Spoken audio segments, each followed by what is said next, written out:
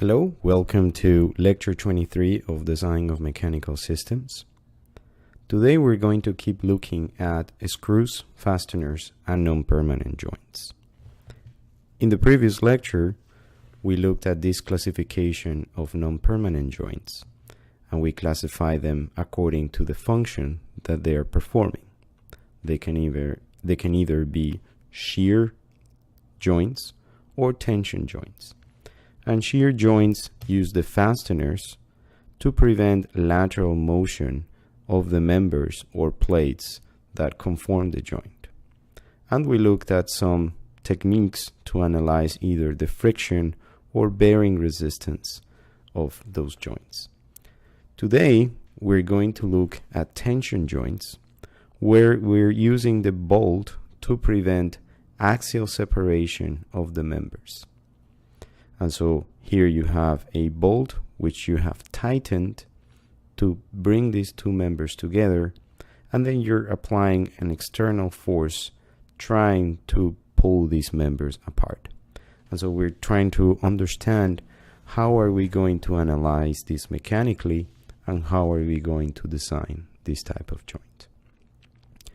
So just like before, where we needed to understand the free body diagram of a shear joint, here we're going to have to understand carefully as well the free body diagram of a tension joint. And the first step in doing that is to try to understand this tension joint as a combination of springs. So the first kind of assumption that we're going to make is that the bolt is a spring and the members are also a spring, and just the way they are put in the joint like these, it means that they are springs in parallel. Now, why they are springs? Because they are made of elastic materials, and typically a spring, you apply more force and you get more displacement. In other words, the displacement is proportional to the force in the material. A spring is the same. You apply more force, you get more displacement. And so we're going to assume the bolt is a spring with a spring constant Kb. We don't know what that spring constant is yet. We will find it. But for now, let's just accept that has a spring constant. And also the members have a spring constant. And so what we're doing when we're tightening the knot is elongating the bolt. We're making the bolt longer, and therefore we're making this spring longer. In contrast, when you tighten the knot, the bolt is coming down and is creating compression on the members. So by tightening the knot, you're putting tension on the bolt, but compression on the members. And the members are going to have a spring constant or equivalent spring constant called Km. And so let's try to consider, in light of this assumption, assuming those two components of the joint as springs, let's try to consider what happens with the displacements when we analyze this joint under several conditions. So the first condition that we have here is when we've just installed the joint and we've actually probably just finger tightened this knot. So the joint is barely together. We haven't tightened this knot very strongly. What we're going to assume is that this bottom member is going to remain stationary, and that's just to give us a reference for all the other displacements.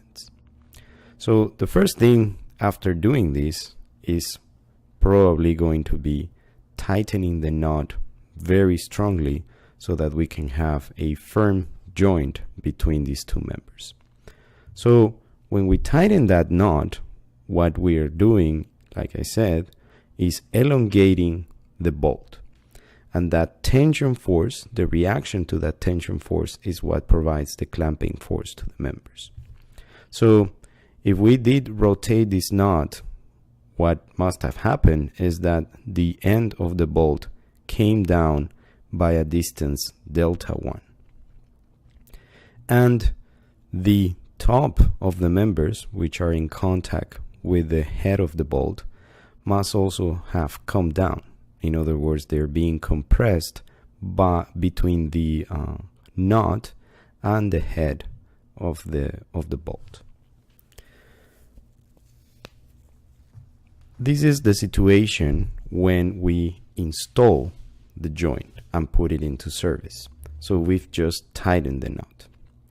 And then when we put it into service, we will probably apply an external load to these members, trying to bring them apart. And of course, the bolt is there to prevent that from happening.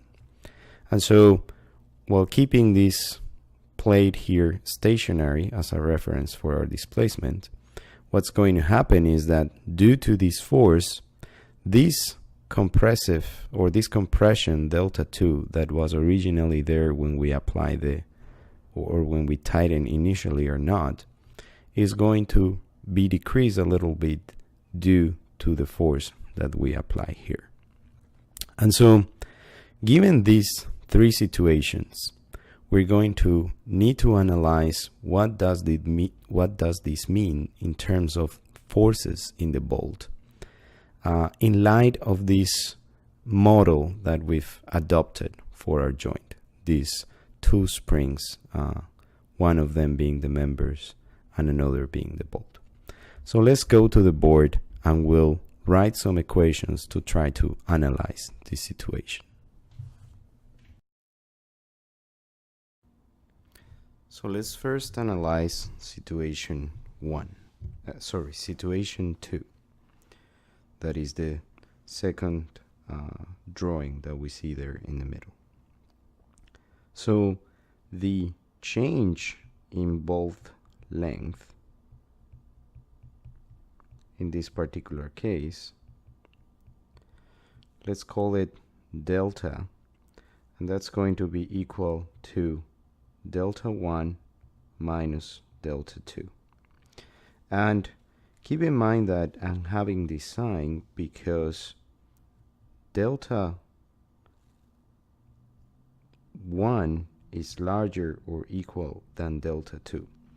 And you can imagine or you can understand why this is like this, because if you had members that were very squishy, like let's say made of foam, for example, you would expect D2 to be pretty much equal to D1.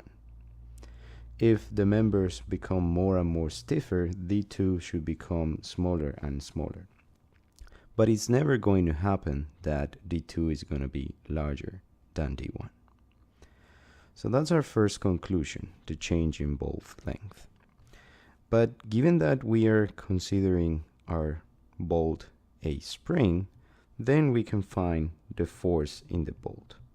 So the force in the bolt, just like any other spring, is going to be the spring constant of the bolt and the deformation, which is delta. Keep in mind that I'm calling this force F sub I, which in fact is called the preload. And so this is the force that we are applying to the bolt when we tighten the knot. And remember that this is the situation number 2. Now, the other thing that we can conclude for the force in the members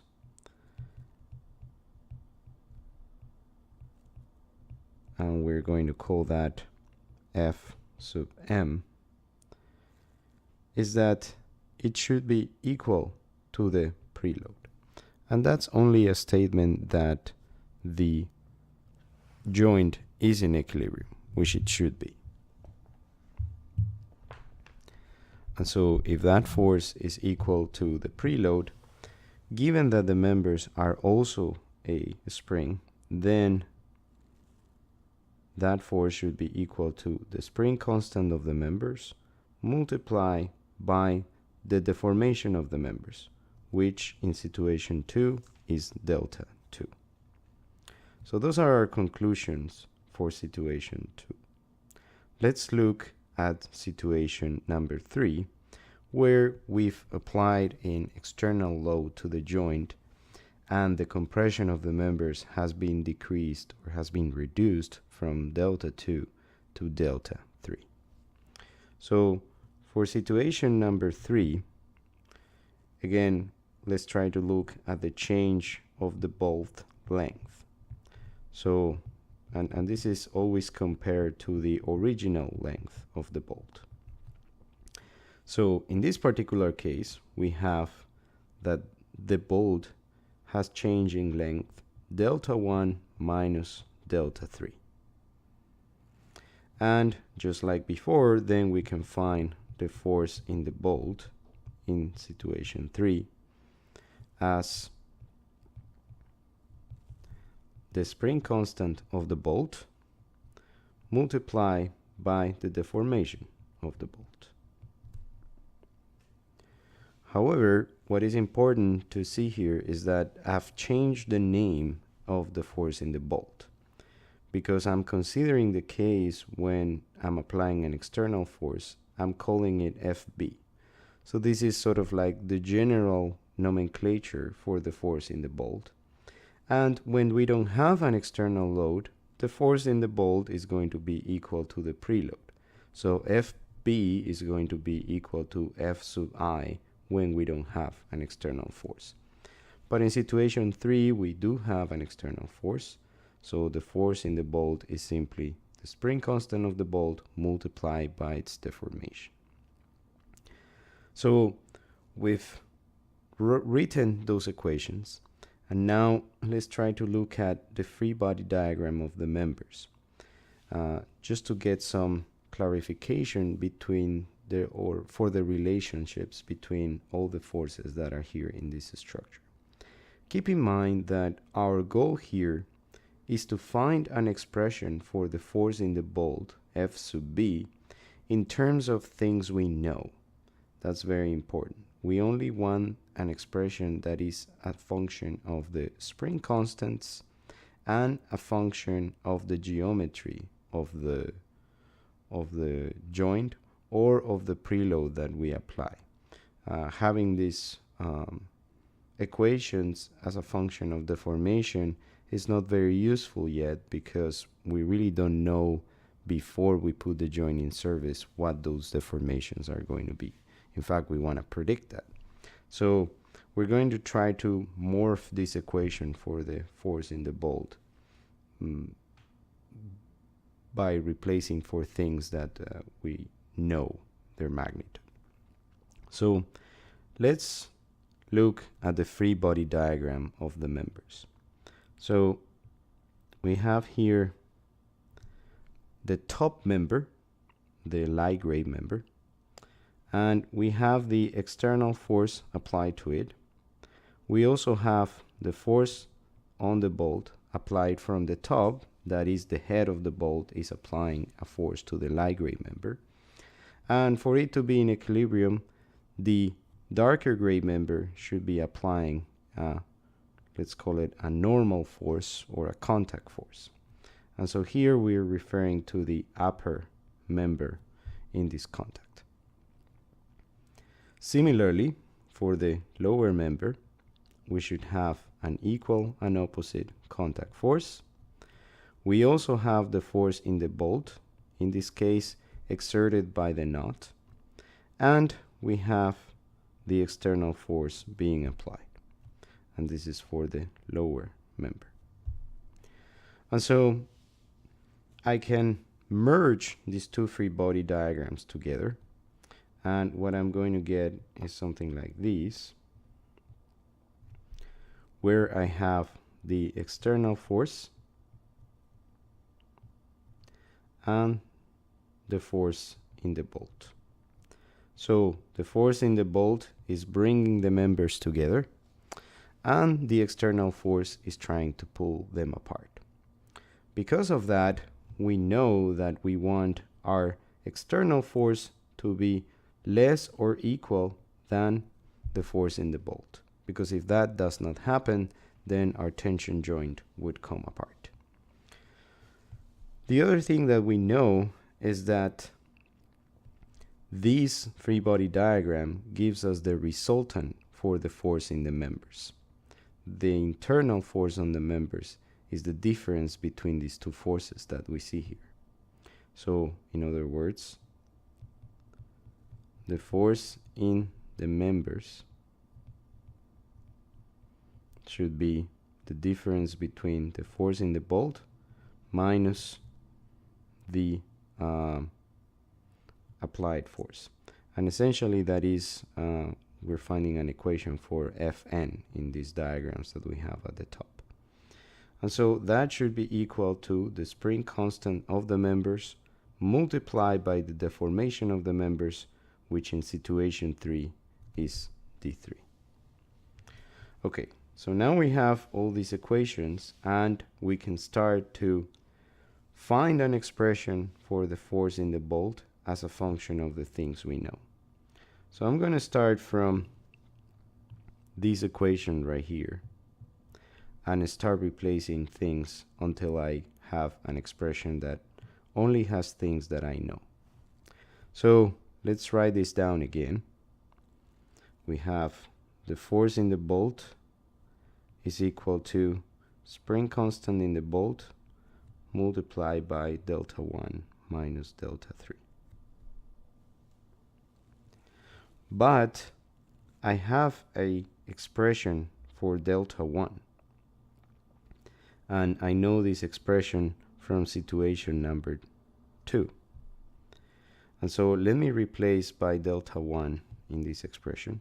So I'm going to have equals KB. Delta 1 is delta minus delta 2. Sorry, delta plus delta 2. And then minus delta 3. But delta 3, I've just found it here from the force in the members. So I'm just going to replace by this expression.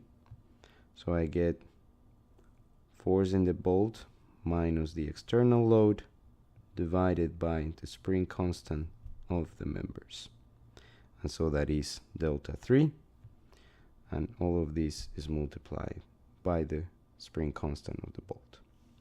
And so now I'm just going to break down these parentheses and do some simplifications.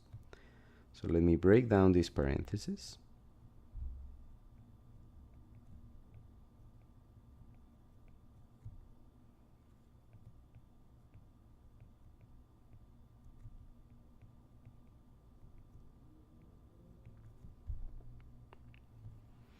And then some simplifications that we can make here is because we already know what some of these terms are. This term here, the spring constant of the bolt multiplied by delta, we know that that is the preload. So we put here preload. And then I have KB multiplied by delta 2, which I also know what it is from here. That is the preload divided by the spring constant of the members. And then let me just break down these parentheses here. I have FB KB over KM plus P KB over KM. And so now I'm just going to gather terms. I'm going to put force of the bolt here in this left side of the equal sign. So I have 1 plus KB over KM coming from this term. And that is equal to preload 1 plus this term here, KB over KM, plus P KB over KM. So now we have everything as a function of the relation between the spring constants of the bolt and the members. And it's just a matter of simplification. So let me put the force in the bolt, which is what we aim to find from the beginning, in one side of the equation. And so I have to divide all the right side by this term. So I have Fi by itself, because this division is equal to 1, plus Kb over Km over this big term here, all multiply by the external load. And then if we simplify this fraction, we're going to find an equation that looks like this. The force in the bolt is equal to the preload plus this relation between the spring constants multiplied by the external force. And actually, let me call this relationship between the spring constants C, which is actually what we're going to call the stiffness constant of the joint. So it's really a relationship between the stiffness of the bolt and the stiffness of the member. And so with that definition, we can find a final equation, which is that the force of the bolt is equal to C multiplied by P plus the preload. And this makes sense, right? The force in the bolt should be equal to the preload that we put initially. In other words, the more we tighten the knot, the more Fi we put in the bolt. And the total force in the bolt should also be increased by the external force that we apply on it. The important thing to note here, though, is that that external force is multiplied by this stiffness constant, by this factor C. And if you look at C, C can never be larger than 1. And that's a very important fact that we're going to discuss a little bit further in the slides. So here we have the equations without any derivations, so that we can just focus on just the equations. And so, like I was saying, C is always going to be less than 1, which means that not all the force that you're applying externally is going to go to the bolt. The bolt does not bear all the external load that you apply to the joint. In fact, only a fraction of that load goes to the bolt. And that fraction is determined by the relationship between the stiffnesses of the bolt and the members. And in fact, you want this constant C to be as small as possible, because that will increase the amount of load that you can put in the joint, because the external load won't go too much to the bolt. So in fact, there is a design recommendation based on empirical experience that this constant should be about 0.2 for design. That means that you should design your bolt and your members such that their stiffness constant, this relationship between the stiffnesses, is 0.2. That means that any external force applied to that joint is going to, or only 20% of that external force is going to be transmitted to the bolt. The rest is going to be absorbed by the members. And that's what you want. You want to minimize the amount of external force that is going to your bolt. And you do that by tailoring those spring constants. We will learn how do you do that in a couple of slides. How do you control the value of these stiffness constants? Now, we want to also know with these equations what are the factors of safety in our joint. So let's go back to the equations in the board to look at that.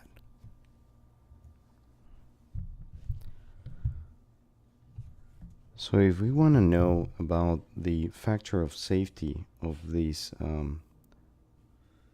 tension joint, we want to know what is the force that it takes to separate it. And so we can start by thinking, when will this joint be separated, or what will happen when the joint is separated? So if we apply enough force here such that these two are going to come apart, if they come apart, they're suddenly going to be relieved of any of this normal or contact load that they have between them, and that was the subtraction between these two forces here. So what we're saying is that if separation happens, then the force in the bolt minus the external force should be 0. Or in other words, the force in the bolts is going to be equal to the external force. And so then we're going to use this equation. So if the force in the bolt is an external force, and let's call that force P0 because it's going to cause separation, that is going to be equal to C external force, which is P0, plus preload. So we can solve for this P naught, and that's simply going to be Fi divided by 1 minus C, and this P naught is the external force that is going to cause separation of our joint. And we want to know in general how far are we from this situation.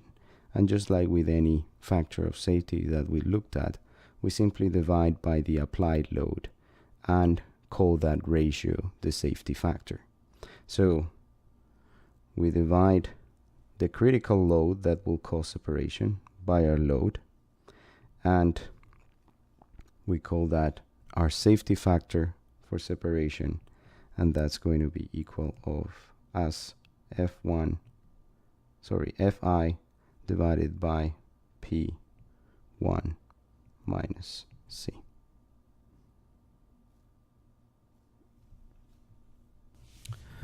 So we have our factor of safety for joint separation that will allow us to know how far are we from a situation where we're going to separate these two members.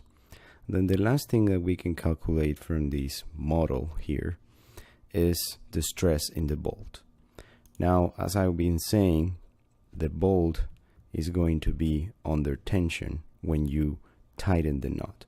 So this is no difference from any other bar in tension where you're simply doing force over cross-sectional area. The force is the force in the bolt, which we've found. So we have Cp plus Fi, and then the cross-sectional area is the cross-sectional area of the bolt, which is A sub t. Now let me remind you that this A sub t is not simply the area of this cylinder here, because actually what we want to take into account is that there is a part of the bolt that has less cross-sectional area than this part, and that's where the bolt is threaded. And so remember that tables that contain the specifications for the screws are going to tell you what is this area as a function of the diameter of the screw and as a function of the type of thread it has. So it's important that you use this area sub t for the calculations of stresses in the bolt, because you need to take into account the fact that you're reducing the cross-sectional area by putting a thread in this cylinder.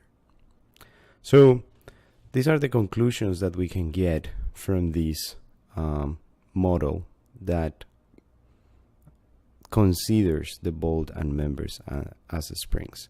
So it's already quite useful to make some calculations, and we already have some design guidelines here. But now we need to go a little bit deeper and try to understand how is it that we can calculate these individual spring constants, because all these equations here have assumed that you already know the spring constants of the members and the spring constants of the bolt. But of course we need to actually calculate those. So let's look now to see how do we calculate them. So the bolt itself is a spring, and we can actually model as a further series combinations of other spring.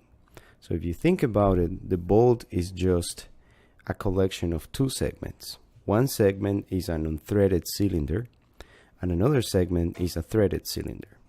So you can consider each of those two segments as an individual spring. One is unthreaded and it has certain spring constant. Another is threaded, has a spring constant. You're combining them in series to get to the bolt.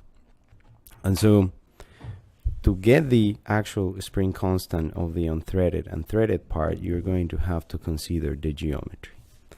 So this is a schematic of a typical geometry of a bolt. You have a portion that is unthreaded, a portion that is threaded, and of course the addition of those two segments is going to be equal to the total length of the bolt.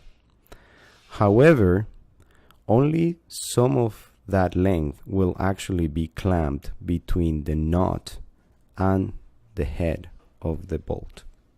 And so we're going to have a clamped length of the bolt, and this is lowercase l, and is divided by a length of that clamped portion which is unthreaded, and we call that LD, and a length of that threaded portion that is clamped between the head and the nut. So let's try to figure out what are those spring constants for those two segments. If you remember from mechanics of materials, you learned that a cylinder or a bar in tension, in fact of any geometry, the deformation is the applied tension load P, the length of the bar, divided by the cross-sectional area of the bar and the elastic modulus of the material of the bar. And if you remember also from springs, when you have a spring, the spring constant is a relationship between the applied force and its deformation. So if we solve for that relationship or for that ratio between force and displacement for the case of a bar in tension, we see that the equivalent spring constant for a bar in tension is just its cross-sectional area multiplied by the elastic modulus divided by its length. And so with these we can calculate the spring constant for the unthreaded and threaded portion. So for the unthreaded portion, we're going to call that a spring constant K sub D, and so it's going to be equal to a cross-sectional area, an elastic modulus, the elastic modulus of the material that the bolt is made from, and LD, which remember is the unthreaded portion of the bolt that is clamped between the head of the bolt and the nut. Now, the area in this particular case, because we are considered the unthreaded part of the bolt, is just going to be P quarters the diameter of the bolt, and this diameter is just the nominal external diameter of the bolt. So if we're talking, for example, of a 1/4 inch diameter bolt, then that diameter is going to be a 1/4 inch. We already talked about the unthreaded length, and so here you're able to calculate the unthreaded spring constant. For the threaded, you have an equation of the same form, area multiplied by elastic modulus divided by length. But remember, since you're considering the threaded part, you need to use this area sub T that is shown on tables. That reflects the fact that the threaded portion is going to have a smaller cross-sectional area than this threaded portion. The modulus is the same because we have the same material for the threaded and unthreaded portion. And then LT, crucially, is going to be the clamp threaded length. So LT is not going to be the whole length of the bolt that is threaded, but only the threaded length in the bolt that is clamped, that is between the head and the knot. Because if you think about it, this part of the knot is actually not doing anything. It's not bearing any load. It's not participating in the joint. Only this part is participating. And that's why when we were going to find the spring constant, we only use this length over here. So now we have the spring constant for this spring, and we know they are in series. And just from basic physics, we know that any springs in series, if we want to find the total spring constant, is just a combination of the inverse of the individual spring constants. So 1 over the spring constant of the bolt is the sum of the inverse of the unthreaded portion spring constant and the threaded portion spring constant. If I spell that out, if I try to solve for KB, I'm going to get this equation. And then if I replace for the individual terms on this equation, I'm going to get this slightly more complicated equation that has all the area of the threaded and unthreaded parts, the elastic modulus, and the lengths that are clamped between the knot and the head of the bolt. Now, it looks a bit complicated, but remember that the fact is that it arises from a very simple physical consideration, which is assuming the bolt as a spring and then in itself being a combination of two springs in series, the threaded part and the unthreaded part. So we're making good progress. We're knowing how to calculate the spring constant of the bolt. What we're going to do now is try to figure out how to calculate the spring constant of the members. So for the members, they are also going to be spring constants, or the equivalent spring constant is going to be a series sum of several springs, or in other words, we're going to have several springs in series that constitute the total spring constant of the members. And this is one of those cases where it's going to be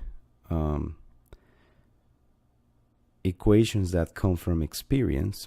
By experience, people know that the amount of material that is engaging in this compressive action that the bolt is exerting, the material of the members that is engaged in that is roughly contained within this symmetrical cone, or these two symmetrical cones of 60-degree angle that intersects also the washer face diameter of the bolt. So if we take the joint from top to bottom and we draw a symmetrical cone, and symmetrical means that it has the middle in the middle of the joint. Doesn't matter if the members are unsymmetrical. The middle will be here exactly at half the width or half the thickness of the overall joint. And if it intersects the washer face diameter, if material is contained within this cone, is going to participate in bearing the load in this joint. So essentially what we're going to try to figure out is what is the spring constant of this material in the joint that is encompassed by these cones. And remember that this washer face diameter is a parameter of the bolt that you can find in standards or blueprints for each individual bolt, and essentially is a small machine step in the bolt that is supposed to mate with the washer that you're supposed to put here in every bolt. And we've discussed why we use washer in a previous lecture. But so if we just take the bolt away from here and just try to look at the material that is encompassed in these two cones, we're going to get something like this. And so what you can see is that we have encompassed several different areas of the two members, and we can separate them in parts. and we're going to separate them in what is called a frustum, which is a part of a truncated cone.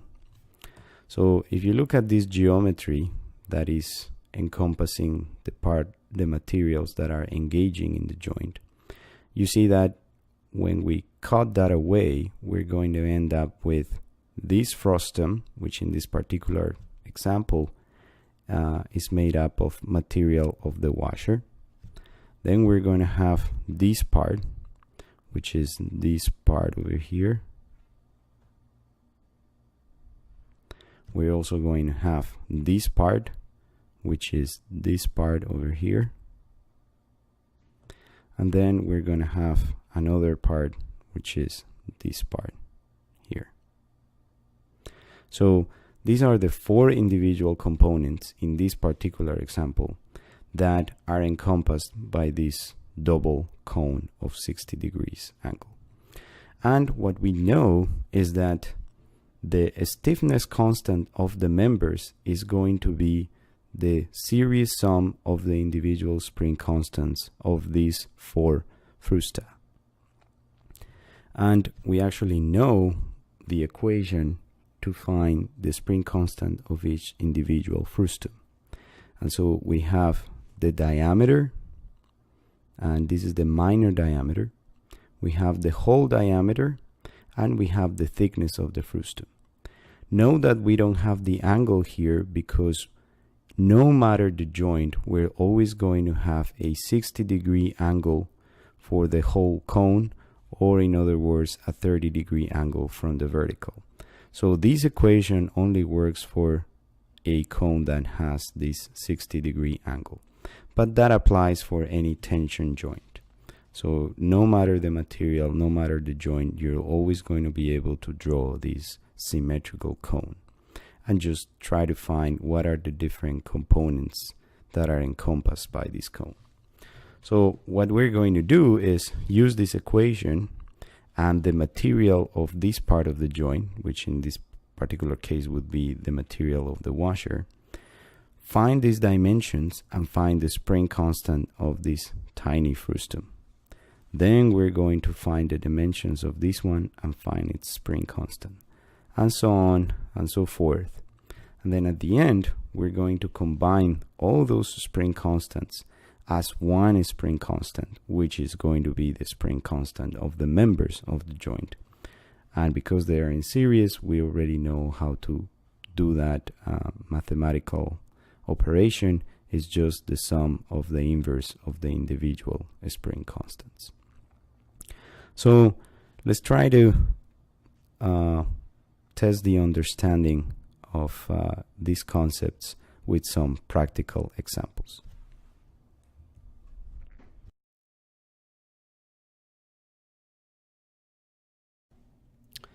So given that this is a virtual lecture, we're really not going to have the participation part.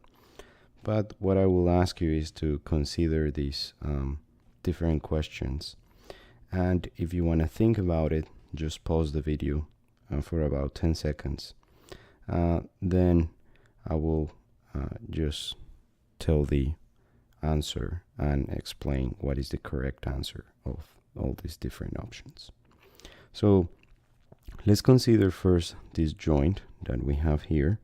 We have 2 washers, and we have a nut, and then we have 2 joint members here. And so what I'm asking you here is how many different frusta are there. So if you want to think about it, go ahead and pause the video, and then I'll be silent for about 10 seconds and then explain the answer.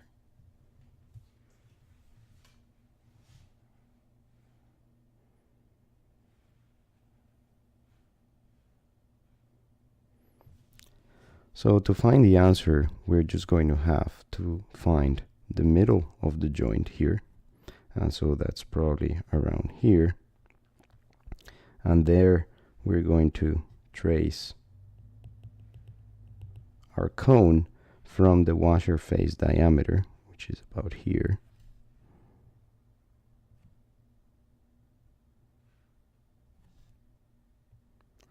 And then we're going to try to figure out how many different frusta do we have. So we're going to have one here on this washer. So that's one. We have this second one. We have this third one. We have this fourth one. And then we have this fifth one. So the correct answer for this one is we're going to have 5 frusta in this joint. Let's consider another example. So here we have a pressure vessel, and I'm telling you that this dimension A is equal to this dimension B, and that we have no washers. So again, if you want to think about it, pause the video, and in about 10 seconds I'm going to explain the answer.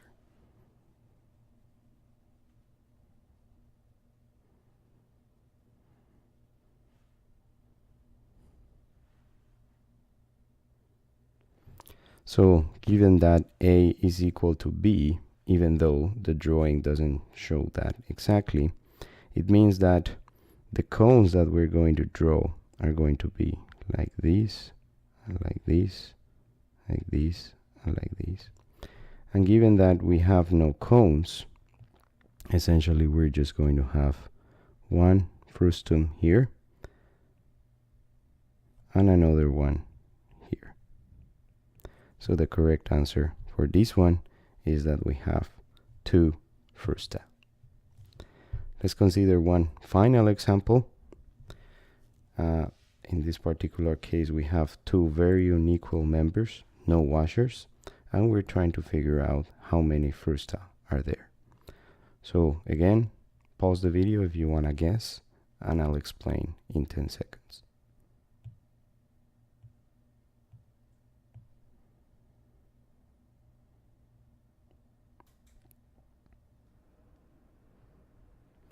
So as always, we take half the thickness of the joint, so kind of over here,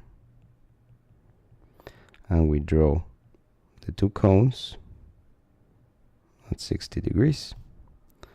And so here we're going to have one frustum, another one over here, and another one over here. And since we have no washers, we don't have more of them. So in total, we have 3 frustums. And so to find the spring constant of all these examples, we would have to find the individual spring constants of those frustum. So for example, for this case, we would do one that is like this, one that is like this, and one that is like this. And we know the equations for all these individual ones, and then we would just find the spring constant combination of series to find the total spring constant of the member.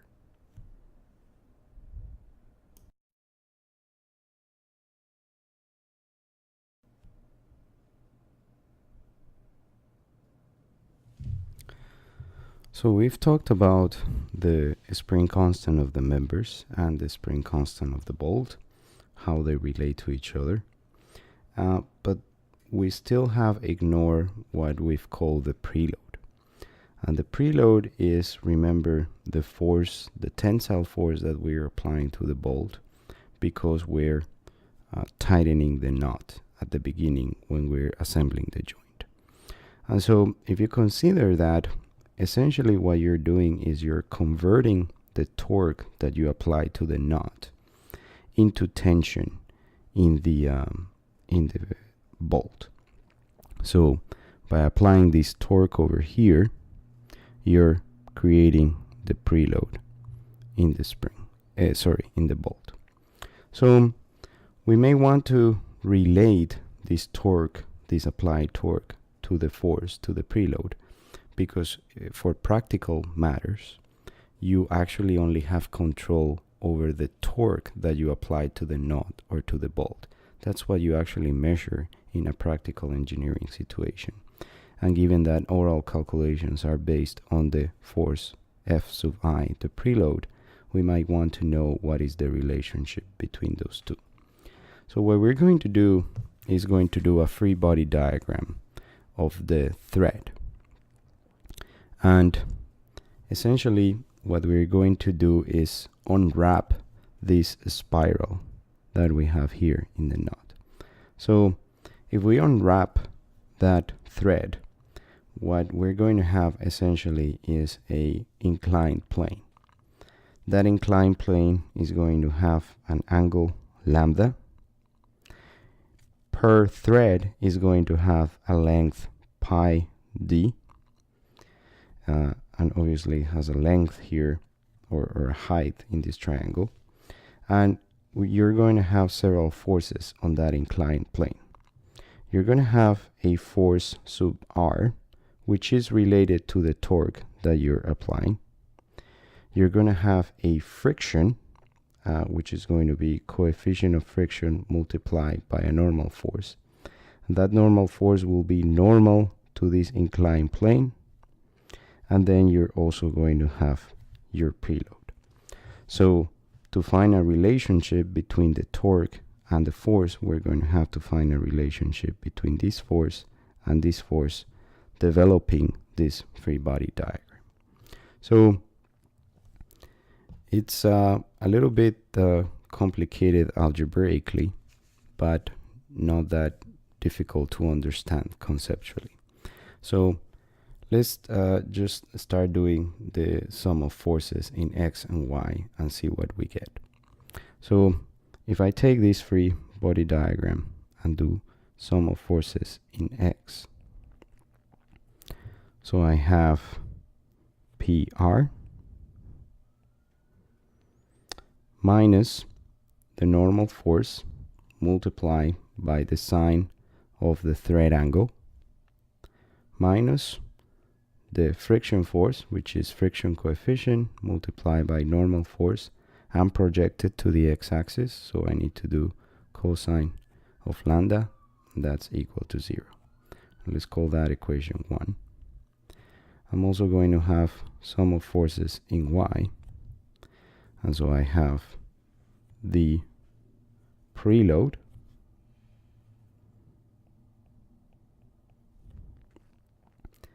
minus the y component of the friction force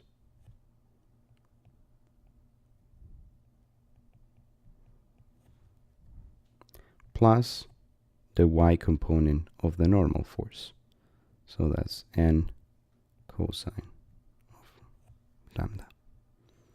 And that should be equal to 0. So let's call this equation 2. So I can just solve for n from equation 2 and plug in equation 1 so that I have an equation that only relates PR and the preload, and I'm able to find the relationship between them. So if I take equation 2, I will be able to say that n is equal to minus the preload divided by f sine of gamma minus cosine of gamma, and I just simply rearrange this equation, and then I'm going to plug that in the first equation. So I have PR minus Fi, but minus plus minus, we have plus, so we have these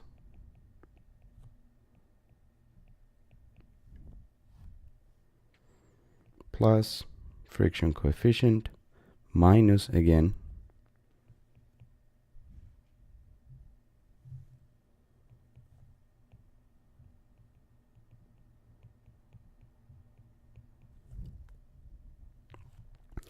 multiplied by cosine of gamma, lambda equals 0.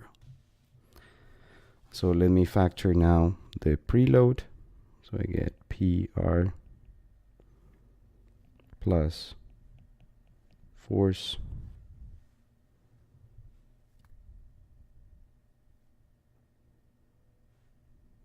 And I think I actually missed a sign here. Yeah. So I have sine lambda plus cosine lambda over f sine lambda minus cosine lambda, and that should be equal to 0. So let me just solve for PR. So I have Fi, and I'm going to just invert the sign of the denominator, given that I'm going to put it in the other side of the equation.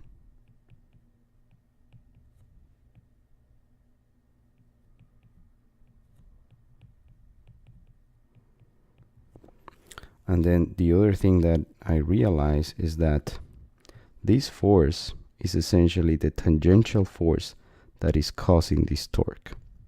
So in other words, this force multiplied by the moment arm, which is the radius of the bolt in this case, is going to be equal to the torque that I'm applying to the bolt. So if I do that, replace this, what I'm going to have is TR is equal to preload multiplied by d over 2 multiplied by this factor here that depends on the coefficient of friction and the angle of the thread. And if I call this K, I'm going to end up with an equation that looks like this. And let me bundle the 1 over 2 factor with K as well. And we know that K is proportional to friction. This is actually an idealization, this mathematical derivation, because we've idealized the geometry of the thread, and we've also kind of made the assumption that we actually know the coefficient of friction of the materials. But we don't know that because the thread is kind of a very complicated geometry. But the important thing to realize is that we're going to have the torque related to the preload by the diameter and by some factor that depends on the friction. And this is the key. The factor that relates to friction is going to multiply the preload, and then we're going to get the torque.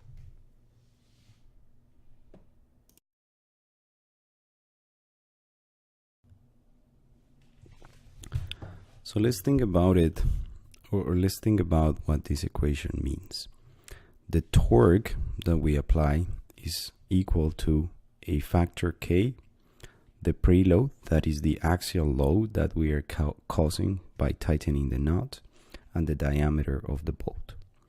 So let us rearrange this very simply like this, where we have the preload as a function of the torque.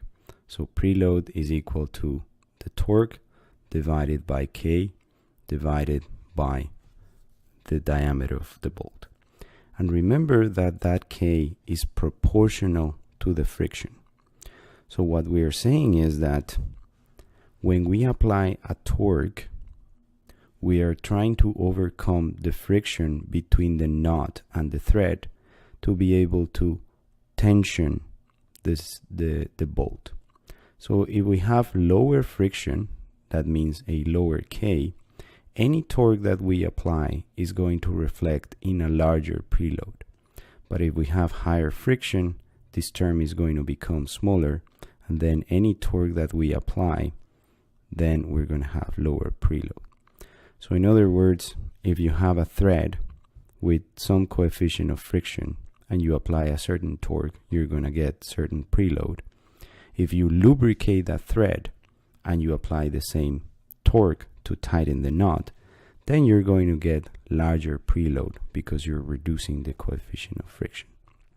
And that's because this factor K as we saw in the mathematical derivation, is proportional to the coefficient of friction. Now, this K is called the torque coefficient or the knot factor. And because, like I said, it arises from a idealized free body diagram, and in reality a thread will have more complicated geometry. Maybe it has surface roughness. It is not as simple as here. You might need to determine experimentally. However, after several years of experience, people have realized that this factor is about 0.2 in most cases, and it's just a safe number to use if you actually don't know what the surface is between the knot and the thread. But there are some cases where you actually are able to know what this knot factor is. So the book has some limited examples depending on the finishing of the thread, and obviously depending on the material you can tailor that friction. So here we have a increase in K, which means an increase in friction for different types of materials of the thread. And here is another table from a handbook. And more than the individual numbers, what I want you to pay attention is to what I was saying, that this knot factor is proportional to the friction. So if you lubricate the thread, the same torque is going to create more preload. So what you can see here, for example, is that the cases where we have a low friction material or a lubricated material, such as Teflon or this moly paste, which is known to reduce friction, we're going to have less friction than a case, for example, where we have the steel over steel. So if you want to be effective in applying preload, you would apply lubrication. But if you design something for not having lubrication and you add lubrication, then you may end up applying more force than you actually need to, more preload than you need to. So essentially what this slide is telling you is that the torque is determined, the preload is determined by the torque that you apply to the knot to tighten the bolt, and the relationship is determined by a constant that depends on the friction between the thread and the knot. Now, let's think about, given that we're talking about the preload, what is a good recommended preload? How much should we tighten this knot? How much or how large this preload should be? Turns out that actually you use bolts quite aggressively. In other words, you want to tighten them in such a way that you're using as much as possible of their elastic regime. And so if you remember, I showed you this table before where you had different types of bolts, and remember, depending on the grade, which is reflected on the head markings, you have increasing proof strength, tensile strength, and yield strength. And this proof strength is related to the preload that we want to apply to the bolt. Remember that this proof strength is related to the proportional limit of the material that the bolt is made from. And we actually want to tighten the knot such that the bolt is stretched very, very close to this proportional limit. What that means is that we're leveraging all the material in the bolt to create as much compression in the tension joint so that we keep those members that we're clamping together. Of course, we don't want plastic deformation, but if we want to use the bolt effectively, we want to get as close as possible as we can to the proportional limit. And so to find a force, given that we are provided only with the proof strength in the tables that contain the specifications for the screw, well, the force is just going to be that strength multiplied by an area. And remember that we know that this area has to be the threaded area that we can find in tables for the specific diameter of the screw. And there's already some design recommendations based on experience, how much percentage of this proof load you need to make your preload, or the magnitude that your preload needs to be as a percentage of this proof strength. So if you want to have non-permanent connections, that means that you will reuse this fastener or assemble or reassemble this joint. You want to design it in such a way that when you tighten your knot, your preload is 75% of your proof load. And the proof load is calculated like this, where SP comes from this proof strength table. If you have a permanent connection, you actually want to get even closer to that proportional limit of the bolt. So you'll use 90% of the available range, 0.9 of the proof force if you have a permanent connection. But what you can see is that we're applying a lot of preload. We're getting very, very close to permanent deformation in order to leverage the bolt and provide as much clamping power as possible. But what happens is that in general, the knot is going to have less strength than the bolt. So particularly in these connections where you're stretching the bolt very, very close to the proportional limit, it is very likely that the knot is yielding, is going into plastic strain when you assemble this joint. So if you have these permanent connections, you probably won't be able to reuse the knot. So if for some reason you have to disassemble and assemble this again, you're going to have to use new knots, because in the first time that you assembled it, you tighten it so hard that this knot already has plastic deformation. So you need to change it for a new one if you have to reassemble this joint. Of course, if you're designing something like a joint like the one you use to tighten the wheel in your car, you know that you're going to reuse that. So probably you're going to design something more conservative where you're able to reuse the knots and you're not having the likelihood to get into plastic deformation. But the fact remains that it's not like we're using bolts over here very far from the plastic limit. No, we're trying to use as much as possible of the available elastic deformation. Now, because we need to do this, we need to be able to measure the torque that we apply to the knot, because that results in a stretch in the knot.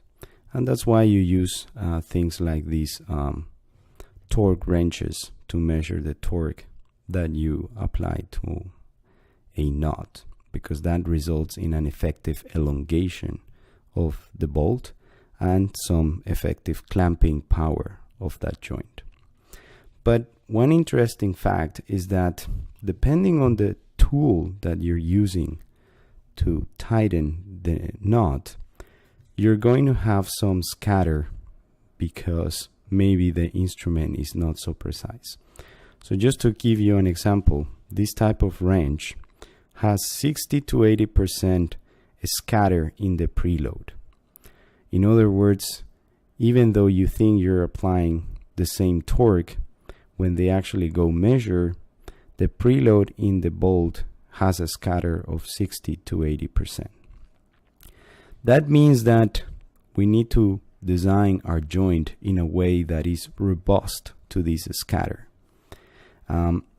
Or if we really are very or in a very demanding application, we're actually going to have to measure the elongation of the bolt to figure out exactly how much preload is subjected to when we tighten the nuts.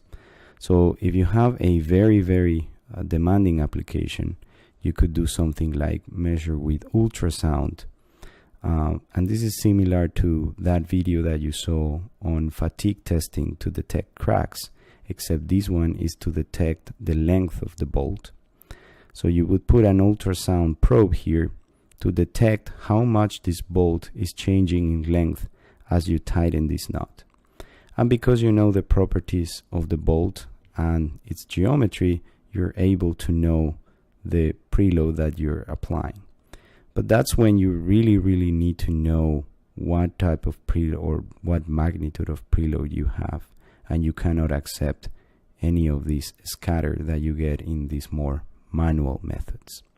But in any case, your design should be robust to these variations in tightening. In other words, your design should be robust to some extent to people not paying too much attention to the amount of torque that they put in tightening the joint. Because when you tell somebody tighten it as hard as you can, that is variable from person to person. So you have the tools here, the mathematical tools, to be able to design your joint in a robust way such that those variations will not lead to failure of your bolt or to separation of your joint.